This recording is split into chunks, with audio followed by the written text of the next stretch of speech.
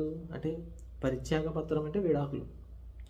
ఆ డివోర్స్ అన్నది ఇవ్వచ్చు అని మోషే చెప్పాడు. ఎందుకు చెప్పాడు మరి ఇలాగా అని అడుగుతున్నారు అక్కడ పరిచయం ఉన్న వారందరూ.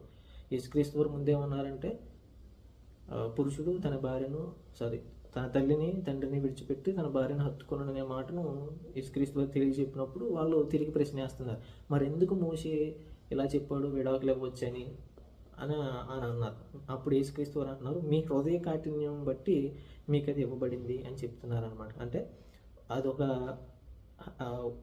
ఆ పరిస్థితి వచ్చినప్పుడు వాళ్ళు ఇవ్వడానికి అక్కడ ఆ విషయాన్ని తెలియజేశారని మనం అర్థం చేసుకోవచ్చు. ఎందుకు కూడా కారణం చెప్తున్నారు యేసుక్రీస్తు వారు. వ్యభిచారం వల్ల పట్టబడితే తప్ప విడాకులు ఇవ్వకూడదు. ఒకవేళ తప్పు చేయకుండా విడాకులు ఇస్తే కనుక, విడాకులు ఇచ్చి వేరే వాళ్ళని పెళ్లి చేసుకుంటే కనుక వ్యభిచరిస్తున్నట్టు.